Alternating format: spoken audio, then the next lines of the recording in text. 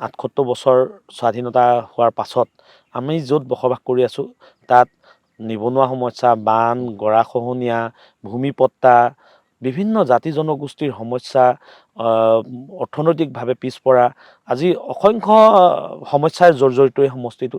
এই সমষ্টিটোত উন্নয়নৰ নামত শূন্য। এখন আমাৰ পৌৰসভা আছে, পৌৰসভাখনৰ বাহিৰে, চিলাপথাৰ পৌৰসভাৰ বাহিৰে বাকী অঞ্চলত আপুনি ক'তো যাব নোৱাৰে, বাট পথ, বানপানী। গতিকে নিবনুৱা সমস্যা, আজি আমাৰ এই অঞ্চলৰ পৰা সৰহসংখ্যক আজি কেৰেলা, তামিলনাডু ইত্যাদি অঞ্চলবিলাকত তেওঁলোকে সৰু সৰু পৰ্যায়ত কাম কৰিবলগীয়া হৈছে। গাই নদীয়ে কিমান মাটি আমাৰ গ্ৰাস কৰি ৰাখিছে।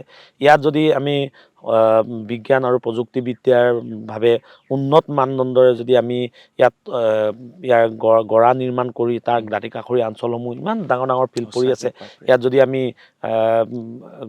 গৰুৰ কাৰণে দুগ্ধ উৎপাদন কেন্দ্ৰ, যদি আমি ইয়াত ফিচাৰী কৰোঁ বা অন্যান্য শাক পাচলি খেতি কৰোঁ, তেতিয়াহ'লে এইবিলাকৰ এটা আমাৰ সমস্যাৰ পৰা সম্পদ হ'ব।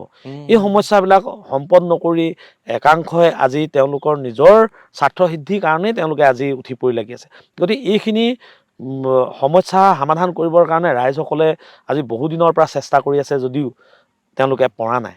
আৰু সেইটো কাৰণে মোক তেওঁলোকে ডাইৰেক্ট আহ্বান জনাইছে যে জাতিটো ৰক্ষা কৰিবলৈ হ'লে ইয়াৰ লোকসকলক যদি সুৰক্ষা প্ৰদান কৰিব লাগে, তোমাৰ প্ৰয়োজন আছে, তোৰ প্ৰয়োজন আছে, তই আহ। মই তেওঁলোকৰ যিটো হৃদয় বিদাৰক মানে তেওঁলোকৰ আহ্বান, সেই আহ্বানক শ্ৰদ্ধা জনাই মই আগবাঢ়িছোঁ। আৰু মোৰ দৃঢ় বিশ্বাস এই লোকসকলে মোৰ যিটো আজি দীঘলীয়া সংগ্ৰামৰ সময়ত তেওঁলোকে যেনেধৰণে সহায় কৰি আছে, মই ৰাজনীতি পথাৰত গ'লেও তেওঁলোকে তেনেধৰণে সহায় কৰিব বুলি মই দৃঢ়তাৰে তেওঁলোকৰ ওপৰত মোৰ দৃঢ়তা আছে আৰু মই বিশ্বাস কৰিছোঁ, আৰু তাৰ ফল নিশ্চয় পাম বুলি মই আশা ৰাখিছোঁ।